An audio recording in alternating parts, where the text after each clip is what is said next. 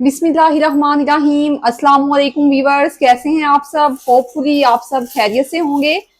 मैं हूं ज़ारा और आज आपके साथ शेयर करूंगी मीट को डीफ्रोस्ट करने का इजी एंड क्विक मेथड।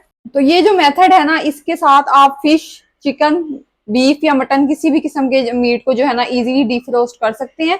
या आप देख सकते हैं कि ये फ्रीजर में रखा हुआ गोश्त जो है ये इजीली बहुत जल्दी जो है मेल्ट नहीं होता है। तो इसको मेल्ट करने के लिए हम क्या करेंगे, गोश्त को किसी बर्तन में ऐड करने के बाद, किसी बाउल में ऐड करने के बाद जो है ना पानी ऐड करेंगे। और ये नॉर्मल पानी है टूटी का, ना तो ये गर्म है और ना ही बहुत ज्यादा ठंडा है। तकरीबन 1 kg मीट है और इसमें 1 चम्मच नमक भरकर जो है ना वो आपने ऐड कर देना है। नमक ऐड करने के बाद उलट पुलट कर जो है ना नमक सारा जो है इसके अंदर अब्जॉर्ब हो जाए। नमक जो है ना ये बहुत जल्दी जो है इसको डीफ्रोस्ट होने में मदद देता है। इसके अलावा हम यहाँ पे एक और चीज ऐड करेंगे। नमक ऐड करने के साथ ही इसमें जो है ना तकरीबन 1 टेबलस्पून सिरका ऐड करेंगे। तो इससे क्या होगा कि एक्स्ट्रा ब्लड जो होता है ना इसमें मीट में, और जो भी थोड़ी बहुत जो गंदगी वगैरह रह गई है वो इसमें आराम से निकल जाएगी।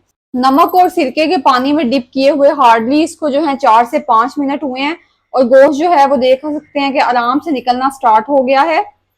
ये आप देखें कि इजीली जो है इस मेथड के साथ जो है ना गोश्त जो है डीफ्रोस्ट हो जाता है। एक्स्ट्रा ब्लड रिमूव करने के बाद ये आप देख सकते हैं कि गोश्त जो है किस कदर साफ हो चुका है, इसमें से एक्स्ट्रा ब्लड रिमूव हो चुका है। होपफुली मीट को डीफ्रोस्ट करने की ये रेमेडी आपको लाजमी पसंद आएगी। तो वीडियो अच्छी लगे तो लाइक कीजिएगा, चैनल को कर लीजिएगा सब्सक्राइब। तो मिलते हैं किसी अगली वीडियो में किसी नई रेसिपी के साथ। तब तक ज़ारा को दीजिए इजाजत। अल्लाह हाफिज।